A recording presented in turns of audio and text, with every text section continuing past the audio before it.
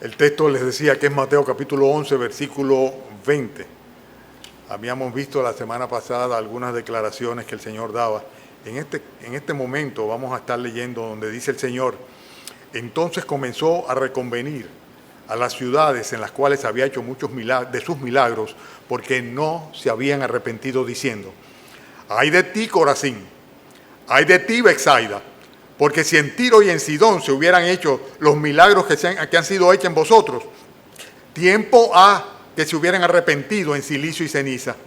Por tanto os digo que en el día del juicio será más tolerable el castigo para Tiro y para Sidón que para vosotros. Y tú, Capernaum, que eres levantada hasta el cielo, hasta el Hades serás abatida.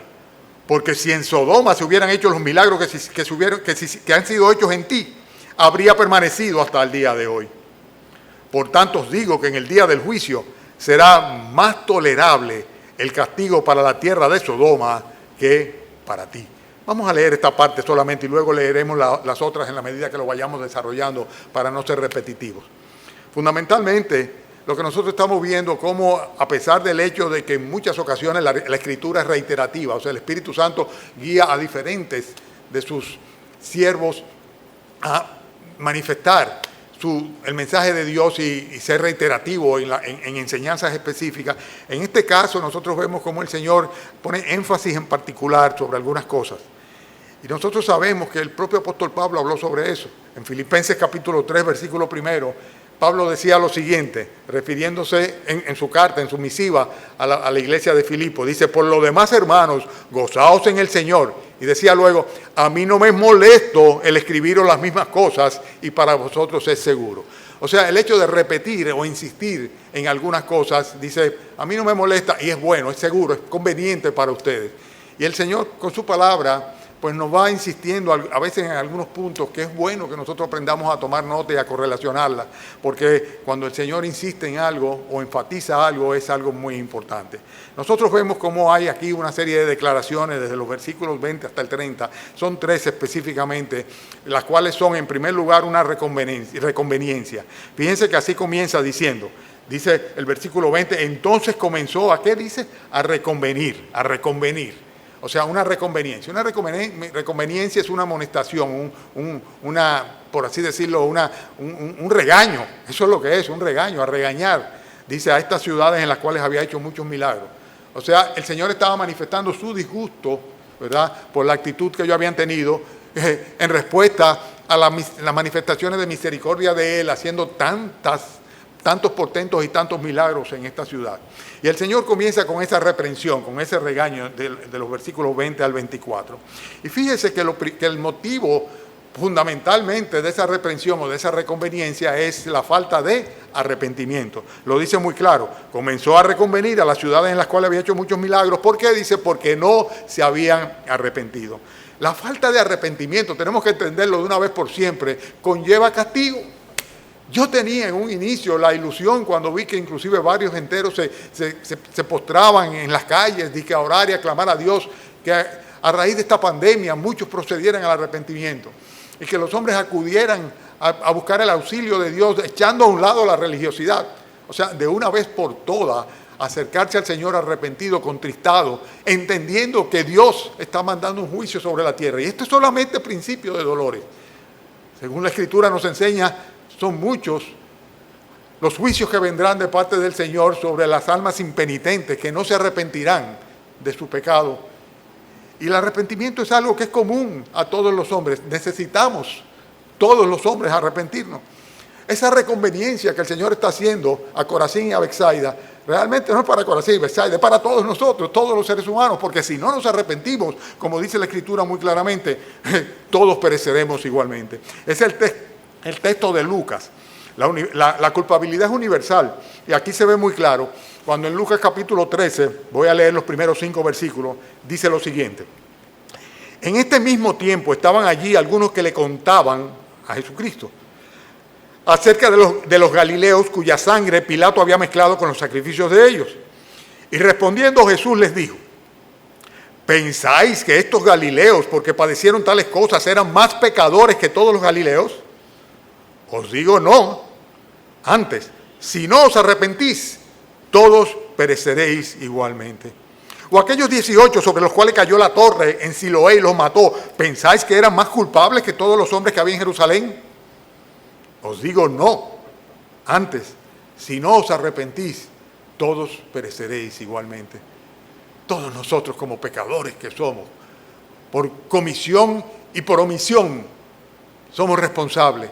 Y somos responsables y necesitamos arrepentirnos y tenemos que venir a cuentas delante de Dios. Y o lo hacemos ahora aquí mientras tenemos la oportunidad, o sencillamente algún día vamos a tener, como el mismo pasaje nos enseña, que presentarnos delante de Dios porque habremos de ser juzgados por nuestro pecado. La diferencia es muy sencilla. O nuestro pecado es juzgado en la cruz de nuestro Señor Jesucristo, el cual pagó por nuestras culpas y consecuentemente Él redime a todos los que confían en Él, o por el contrario, tendremos un día que ponernos delante del trono, del trono, como le llama la Escritura en Apocalipsis, el gran trono blanco del Señor, donde los muertos van a ser juzgados por sus obras. Si somos juzgados por nuestras obras, por lo que hemos hecho y por lo que somos, por nuestros pensamientos, por aquellas cosas que están dentro de nuestro ser y que tantas veces afloran afuera y otras veces no, están calladitas ahí adentro, pero que son que es la manera como se concibe la maldad. Recordémonos lo que dice la Escritura, que la contaminación es lo que sale desde dentro del hombre, el pecado que está dentro es lo que sale por los labios en algunas ocasiones. Pues, o sencillamente nosotros tenemos que pagar por ello y dar cuenta por ello el día del juicio del gran trono blanco, o por el contrario, acudir a Jesucristo y confesar voluntariamente nuestra condición y nuestra naturaleza y nuestras obras de pecado, pidiéndole misericordia. Porque si no nos arrepentimos, dice, todos pereceremos igualmente. Todos pereceremos. La paga del pecado es la muerte. No solamente una tumba nos espera, sino que también nos espera una condenación, el infierno eterno. Es una realidad. Y Corazín y Betsaida iban a ser juzgadas por Dios. Y cuando habla de Corazín y Betsaida, evidentemente está hablando de los habitantes de Corazín y Betsaida. Y van a ser juzgadas por Dios, porque así como la culpabilidad es universal, el juicio realmente va a ser universal. Y tendremos que dar cuenta a Dios en una instancia o en otra, o iremos al tribunal de Cristo como creyentes donde no habrá condenación, solamente pedido de cuenta, o tendremos que ir al juicio final, donde el Señor sencillamente dice que todos aquellos van a ser lanzados al lago que arde con fuego y azufre, que es la muerte segunda. Pero quiero abundar sobre esto porque es muy importante. El arrepentimiento genuino conlleva una contrición, y quiero enfatizar esto, por lo que dice el próximo versículo 21, cuando dice, ay de ti Corazín, ay de ti Betsaida, porque si en Tiro y en Sidón se hubieran hecho los milagros que han sido hechos en vosotras, dice, tiempo ha que se hubieran arrepentido en silicio y en ceniza. Tiro y Sidón eran ciudades fenicias, o sea, eran paganos. Y lo que está diciendo el Señor, si en esas ciudades paganas yo me hubiera manifestado en la manera que lo he hecho, ellos se hubieran arrepentido. Y ustedes, que son adoradores del verdadero Dios, ¿verdad? Que son ciudades del ámbito o la esfera de la revelación dada por Dios al pueblo de Israel. Ustedes que se consideran ser los verdaderos adoradores, sin embargo, no se han arrepentido. Así pasa hoy día. Aquellos que se llaman cristianos no se arrepienten. ¿Por qué? Porque ya, ellos son cristianos. Si no se has arrepentido, no eres cristiano. Si no has venido a cuentas con el Señor y en humildad no solamente puesto delante de Él, sino depuesto tu actitud arrogante y orgullosa y pides misericordia, sencillamente es porque no tienes contrición, porque no te duele haber pecado contra tu Dios, tu Creador, tu Señor, haber vivido tu vida a tu manera, como tú quieras. Y consecuentemente, si no hay contrición, si no hay arrepentimiento genuino, un arrepentimiento que trae la contrición y que eso se manifiesta ¿en qué? En el silicio y en la ceniza. El silicio y la ceniza es una actitud de luto. Cuando uno tiene pena porque ha pasado algo muy grave, porque tiene un familiar que ha muerto, porque hay una desgracia, por cualquier situación y uno está completamente apenado y entonces lo manifiesta con esa vestidura de luto, silicio y ceniza. El verdadero arrepentimiento conlleva siempre, para que sea verdadero, un dolor en el corazón por la ofensa causada a nuestro Dios. matando a los inocentes y celebrando el hecho de que pueden hacerlo con libertad. ¿No habrá el Señor de reclamar eso? Aquello que Él engendró, como leíamos hoy en Isaías. Hermanos, ¿cuántas veces nosotros hemos pecado y como seguimos pecando y vivimos pecando? Si no nos arrepentimos, dice, si no nos arrepentimos en silicio y ceniza, con contrición genuina, no hay ninguna posibilidad de que tengamos el perdón de Dios. Porque lo próximo que nos enseña el pasaje es que va a venir un día de juicio. O sea, Dios no va a tolerar para siempre nuestro pecado, nuestra impenitencia, nuestra rebeldía. Por tanto os digo, versículo 22, que en el día del juicio, hay un día de juicio, en el día del juicio será más tolerable el castigo para Tiro y para Sidón que para nosotras. ¿Cómo me preocupa cuando veo a las personas que el Señor lo tenga en gloria? Se arrepintió de todo corazón, porque si no se arrepintió de todo corazón y no confesó su pecado delante de Dios y su vida no fue transformada y no cambió y no nació de nuevo, no va a estar en gloria. Tus buenos deseos van a caer en el vacío. Realmente no va a estar en gloria. Va a estar esperando el día del juicio. Y en el día del juicio será más tolerable, dice el Señor, el castigo para la tierra de Tiro y para Sidón que para vosotras. Hermanos, Romanos 2 dice lo siguiente: cuando los gentiles que no tienen ley, versículo 14, hacen por naturaleza lo que es de la ley, estos, aunque no tengan ley, son ley para sí mismos, mostrando la obra de la ley escritas en sus corazones, dando testimonio su conciencia y acusándoles o defendiéndoles sus razonamientos en el día en que Dios juzgará por Jesucristo los secretos de los hombres, decía Pablo, conforme a mi evangelio. Dios va a juzgar aún los secretos de los hombres. Dios lo va a juzgar por medio de nuestro Señor Jesucristo.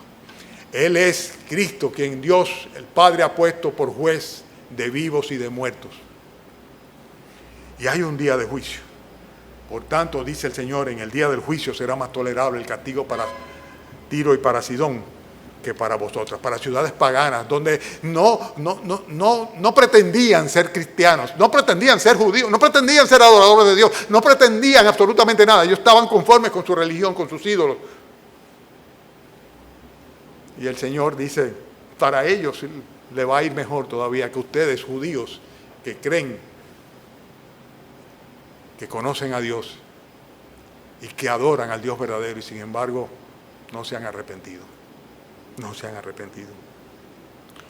Pablo le decía a Timoteo, segunda de Timoteo capítulo 4, te encarezco delante de Dios y del Señor Jesucristo, que juzgará a vivos y a muertos en su manifestación y en su reino, que prediques la palabra, que instes a tiempo y fuera de tiempo, redarguye, reprende, exhorta con toda paciencia y doctrina. En otras palabras, tienes que predicar el Evangelio, porque el mensaje del Evangelio, de las buenas nuevas, es que para todo aquel que en el Señor Jesucristo cree y sencillamente invoca su nombre arrepentido de sus pecados, dice, el Señor tiene vida eterna. Es la promesa del Señor. Y confesamos con nuestros labios que Cristo, ese es nuestro Señor, nuestro Redentor, nuestro Salvador, creyendo en el corazón que tuvo el poder para resucitar de entre los muertos y asimismo para darnos vida a nosotros, dice el Señor, nos va a conceder la salvación. Pero tenemos que pasar necesariamente por un arrepentimiento. Hermanos, la primera puntualización que hace el Señor aquí tiene que ver con esta realidad. La realidad de que los que no se habían arrepentido, les espera el juicio de condenación. Así se llama, juicio de condenación. La segunda puntualización está en los versículos que siguen, son los versículos que van del 23 al 24. Versículo 25 al 27. Pero perdón, me queda un punto en cuanto a la reconveniencia que el Señor le hacía a los que no se habían arrepentido. Y es el hecho de que, dice el versículo 23 y 24, y tú, Cafarnaúm, que eres levantada hasta el cielo, y ahí está refiriéndose no a las ciudades paganas, sino precisamente a las ciudades judías. Le dice, y tú, Cafarnaúm, que eres levantada hasta el cielo, hasta el Hades serás abatida. Porque si en Sodoma se hubieran hecho los milagros que han sido hechos en ti, habría permanecido hasta el día de hoy. Por tanto os digo que en el día del juicio será más tolerable el castigo para la tierra de Sodoma que para ti. El Señor está diciendo, son puntualizaciones, dice, aún los sodomitas no hubieran sido destruidos si las manifestaciones de mi misericordia, de mi soberanía y mi poder se hubieran hecho en Sodoma como han sido hechas sobre ti.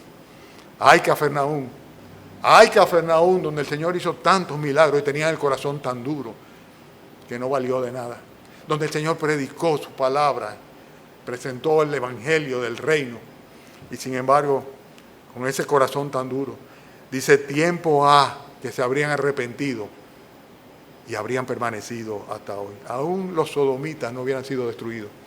¿Ustedes creen que el Señor miente? Dice, yo no los hubiera destruido. ¿Por qué? Porque si yo le hubiera dado las oportunidades que les he dado a ustedes, dice, ellos se hubieran arrepentido. Y yo me pregunto, y realmente te pregunto a ti, donde quiera que estés, ¿tú te has arrepentido de corazón, de verdad? ¿Qué grado de revelación de la palabra de Dios tú tienes? ¿Hasta dónde tú conoces lo que Dios piensa en cuanto a ti, a tu pecado? ¿Hasta dónde tú conoces la oferta de Dios de perdón, de salvación y de misericordia? ¿O se trata de que necesitas de más milagros todavía? ¿Cuántos milagros necesitas para tú ser un creyente verdadero, una creyente verdadero? Porque quieres saber una cosa, Sodoma no hubiera sido destruida. Pero tú y yo y la generación en la que nosotros estamos viviendo ahora tiene un corazón tan duro, y así será hasta el momento en que el Señor venga, que Él ciertamente dice, y cuando venga el Hijo del Hombre, ¿hallará fe en la tierra? Si no hay arrepentimiento, lo único que nos espera es juicio. Hay que estar claro.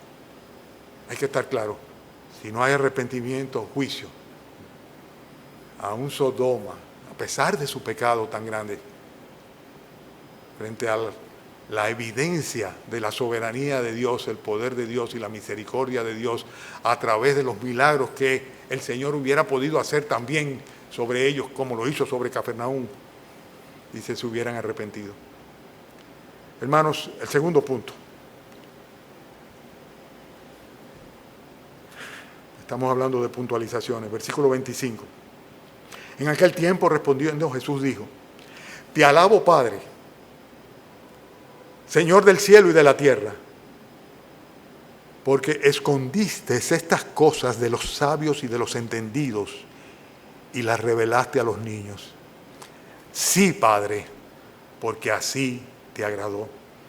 Todas las cosas me fueron entregadas por mi Padre, y nadie conoce al Hijo sino el Padre, ni al Padre conoce a alguno sino el Hijo, y aquel a quien el Hijo lo quiera revelar.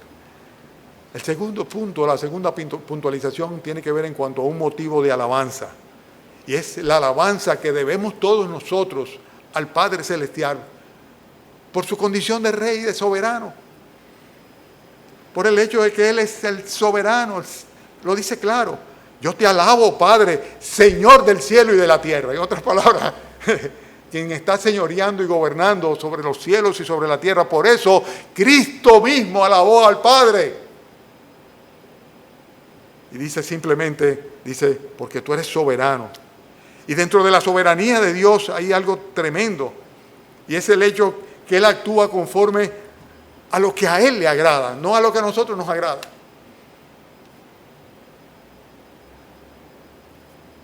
Sí, Padre, porque así te agradó. ¿Qué le agradó al Padre en el contexto de lo que estamos leyendo acá? El no revelar a algunas personas, el no revelarse a algunas personas, el no revelar al Señor lo que a niños le revela. Es interesante que es el mismo Señor que dice de los niños, Dejad que los niños vengan a mí, porque de los tales es el reino de los cielos. Y la alabanza al Padre consiste precisamente en que los que son muy sabios, muy doctos, muy entendidos, los que conocen mucho, dice, a esos Dios no se les revela. Y nadie conoce al Padre sino al Hijo. Y nadie conoce al Padre sino al Hijo y a aquel al cual el Hijo lo quiera revelar. Para conocer al Padre es necesario que conozcamos al Hijo, a Jesucristo. Y es necesario que nos sea revelado la naturaleza de aquel que dijo, yo y el Padre uno somos. De aquel que le dijo, el que me ha visto a mí, ha visto al Padre. El Señor Jesucristo. Y realmente ese es el motivo de la alabanza. La alabanza a Dios Padre, porque Él es Señor del cielo y de la tierra, es soberano. Él está en control de todo absolutamente. Una expresión que ahora usan aún los incrédulos.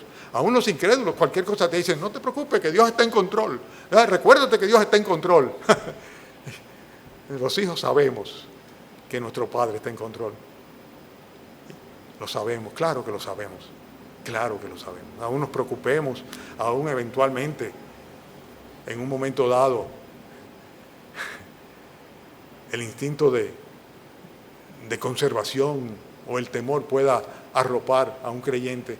Sabemos ciertamente, sabemos porque hemos experimentado en nuestras vidas el control de Dios, cómo nos inclinó delante de Él y cómo vino a nuestros corazones y nos llenó de su Santo Espíritu. Pero el hecho, y en lo que estoy enfatizando acá, es lo que dice el apóstol Pablo en 1 Corintios capítulo primero, en el versículo 18 en adelante, cuando dice la palabra de la cruz, hablando del Evangelio, del cual él decía que no se avergonzaba del Evangelio, porque era poder de Dios para salvación a todo aquel que cree. Dice, la palabra de la cruz es locura para los que se pierden.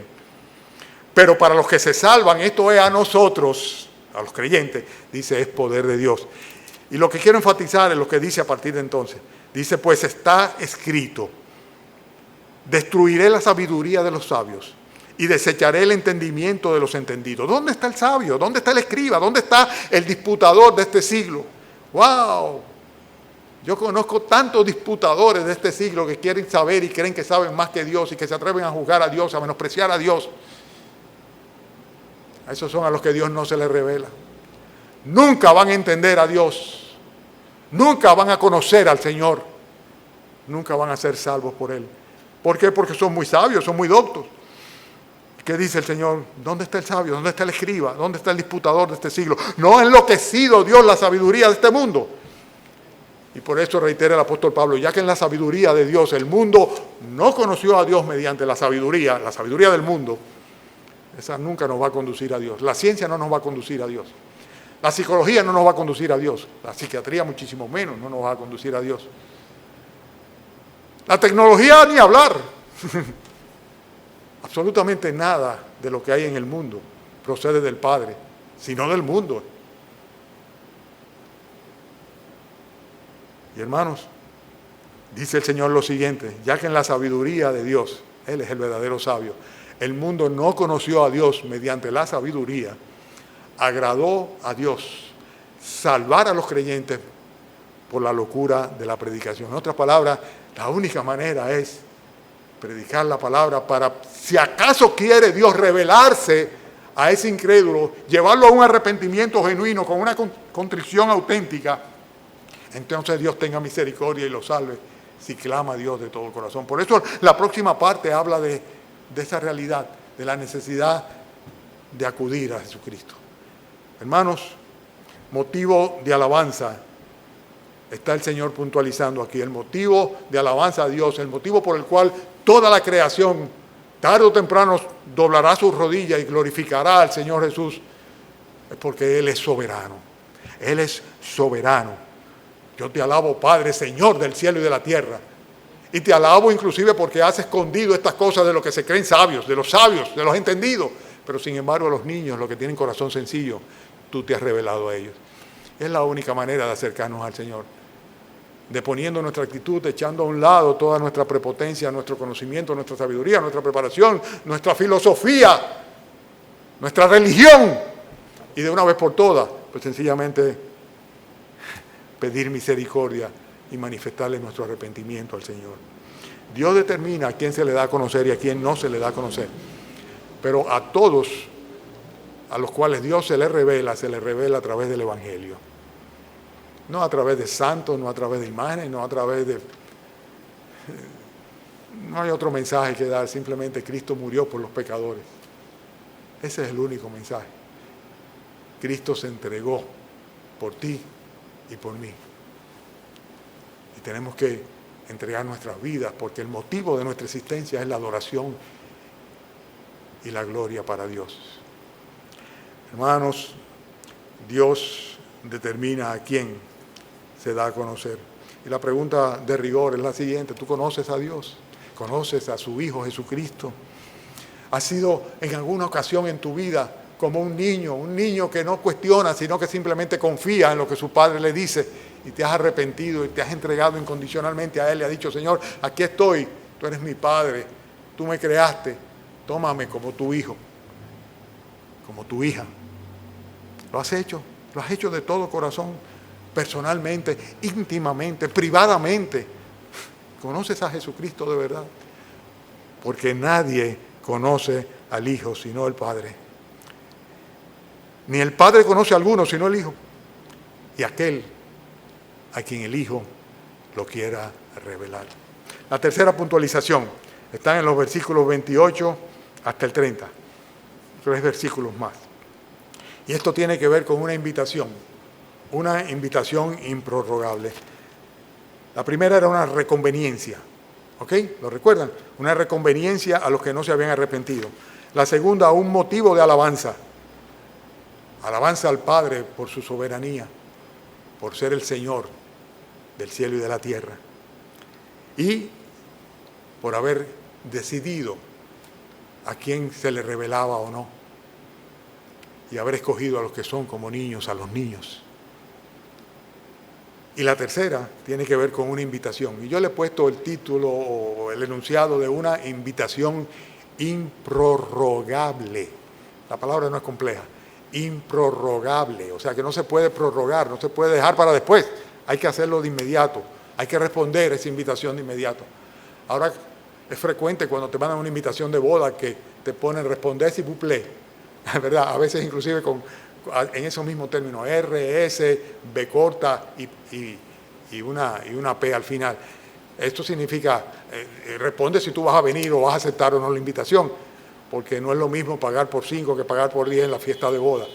Eso es lo que prácticamente significa. Pero también es una manera de confirmación de que se tiene el deseo de compartir con los novios en ese momento.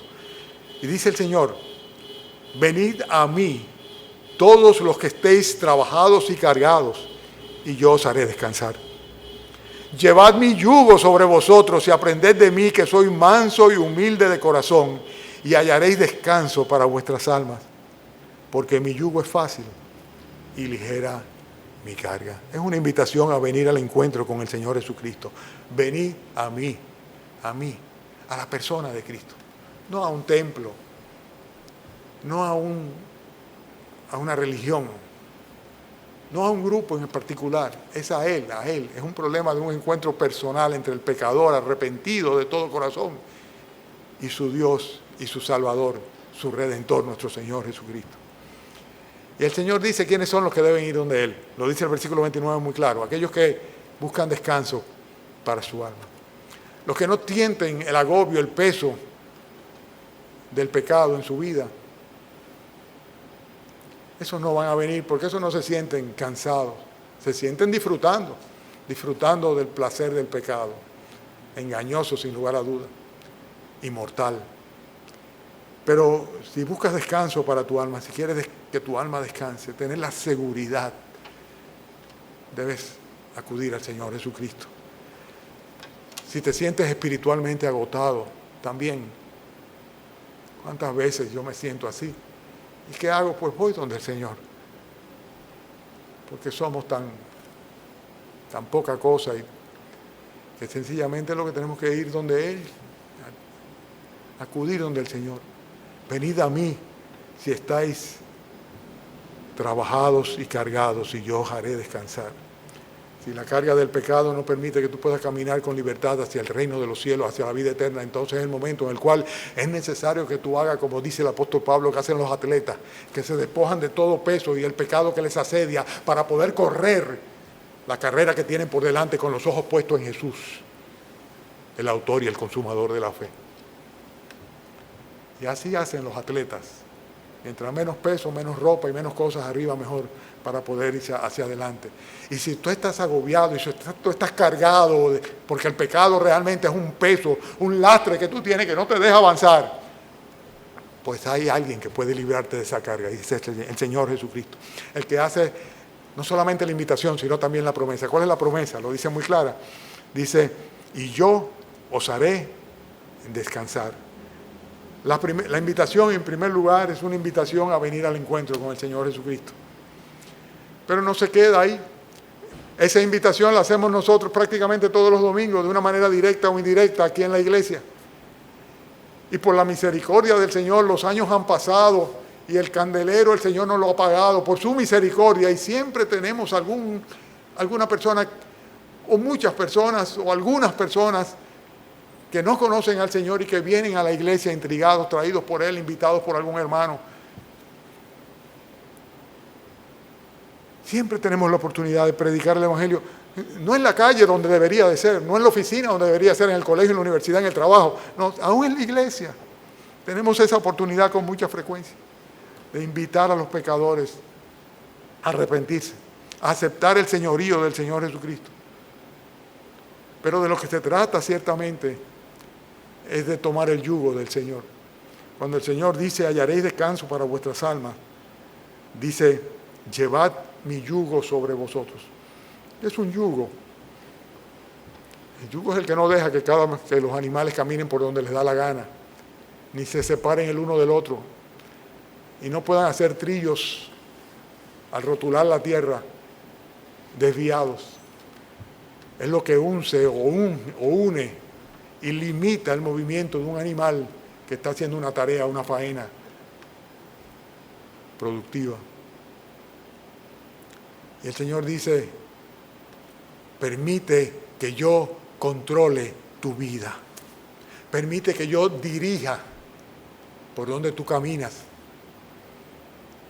Ustedes saben que los ingenios originales de la colonia de aquí, pues precisamente los molinos de caña funcionaban con dos animales que se ataban con un yugo, a ¿cómo le llaman eso? Que muele la caña, un molino de caña, ¿no? Un molino de caña que va extrayendo el zumo de la caña. Ungidos los bueyes, o los burros, o lo que fuera, o los caballos, la cosa era que esos animales estaban ahí y tenían que necesariamente andar en el círculo que le había previsto su dueño. Y eso es lo que el Señor está diciendo. Dice, tomad mi yugo sobre vosotros y aprended de mí, que soy manso y humilde de corazón. La invitación del Señor es aceptar su señorío, y eso implica que Él tome control absoluto de nuestras vidas, nuestras aspiraciones, nuestras actividades, y con nosotros también lo de los que están bajo nuestro cuidado, nuestros familiares sobre los cuales tenemos responsabilidad y ascendencia. Y aparte de eso, es una invitación improrrogable a aceptar no solamente el señorío de Cristo, sino también a imitar el carácter de nuestro Señor Jesucristo. ¿Qué dice el Señor Jesucristo? Y aprended de mí, que soy manso y humilde de corazón. Manso es dócil, se deja guiar por Él. Los grandes hombres de Dios fueron personas que no siempre fueron, cuando digo grandes hombres, quiero mencionar los héroes de la fe, no siempre fueron personas mansas, pero no fueron mansas para con los hombres. Al contrario, muchos de ellos se caracterizaron por ser guerreros y por ser personas realmente que fueron contracorriente y que se opusieron a la iniquidad y al pecado y que se la jugaron. Pero, sin embargo, en cuanto al Señor, Eran como Moisés todos. Eran como Moisés, mansos. Pelear con Dios no tiene sentido. Rebelarnos contra Él no tiene sentido. Dice, aprended de mí que soy manso y humilde de corazón. Y esto que está diciendo el Señor, de esta mansedad, de esta humildad, de esta sencillez, es la que precisamente tienen los niños. Los niños son sencillos, no son complicados. Tú no tienes que darle un curso de teología a los niños para que ellos comprendan quién fue Jesucristo y para invitarles a que entreguen sus corazoncitos a Cristo. No tienen que aprenderse la Biblia entera, porque ellos no son complicados. Háblale del amor de Dios, de la realidad del pecado y de la misericordia de Cristo. Y ellos lo aceptan pura y simplemente. Pero esta última puntualización del Señor Jesucristo, que tiene que ver con esta invitación que hace y que no debes prorrogar de ninguna manera, concluye diciendo el Señor, y hallaréis descanso para vuestras almas. El Señor está ofreciendo para todos aquellos que vengan a Él, que se acerquen a Él, que respondan a esta invitación de inmediato, no cuando yo me esté muriendo ya, cuando tenga 80 años, Dios no puede ser burlado. El que siembra para su carne, de la carne va a cosechar corrupción solamente, pero el que siembra para el Espíritu, del Espíritu cosechará vida eterna. Eso dice el propio Dios. Sencillamente, si tú quieres tener descanso para vuestras almas, para tu alma, si tú quieres tener la seguridad de que nada ni nadie te podrá separar jamás del amor de Cristo, del amor de Dios que es en Cristo. Ni lo alto, ni lo profundo, ni lo ancho, ni nada, ni principado, ni potestado, ni lo creado, ni lo presente, ni lo porvenir, ni nada te separará del amor de Cristo. Pues tienes pura y simplemente que acudir a Jesucristo, responder a su invitación cuando Él dice, venid a mí, los que estáis agobiados y cargados, que yo os haré descansar, y llevad mi yugo sobre vosotros y aprended de mí. Sed como yo soy, manso y humilde de corazón. No podemos pelear con Dios. No hacemos nada con pretender ser más sabios que Dios. No podemos menospreciar a Dios de ninguna manera. Al contrario, tenemos que reconocerle, adorarle y alabarle. Y quiera el Señor aceptar en esta mañana esta adoración de su pueblo, de su iglesia que físicamente no está presente, pero que sencillamente por lazos eternos de fe, por lazos espirituales, estamos atados y unidos completamente a nuestro Dios. Vamos a orar, hermanos. Padre amado, gracias por esa invitación que nos cursaste hace tantos años ya, Señor. Y gracias, Padre, porque tú quisiste, Señor, que nosotros tuviésemos la revelación necesaria, Señor, para poder conocer a quién es el Redentor, tu Hijo, el Salvador, y confiar en Él, Señor, confiar en tu palabra, confiar en tus promesas. Gracias por llevarnos, Padre, sin que apenas nos diéramos cuenta, hasta los pies del Calvario, para clamar, Señor, por misericordia y gracia, arrepentidos de nuestros pecados, Señor. Y gracias por tu fidelidad, Señor, que es siempre constante y que al cabo de los años podemos constatar una vez y otra vez. Te alabamos y te adoramos, te bendecimos. Te damos gracias, Señor, de todo corazón, por haber tenido misericordia de nosotros, Señor. Y aún, Padre, te damos gracias por tener, Padre, los brazos abiertos y la invitación expuesta a los cuatro vientos, a fin de que los pecadores, entre ellos muchos amados por nosotros en la carne, Señor, pues puedan acudir a ti, sabiendo que hallarán descanso para sus almas. Despídenos en esta mañana, Señor, y permite que podamos, pues, glorificarte como solemos hacerlo, el primer día de la semana. En el nombre de Cristo Jesús te lo pedimos. Amén.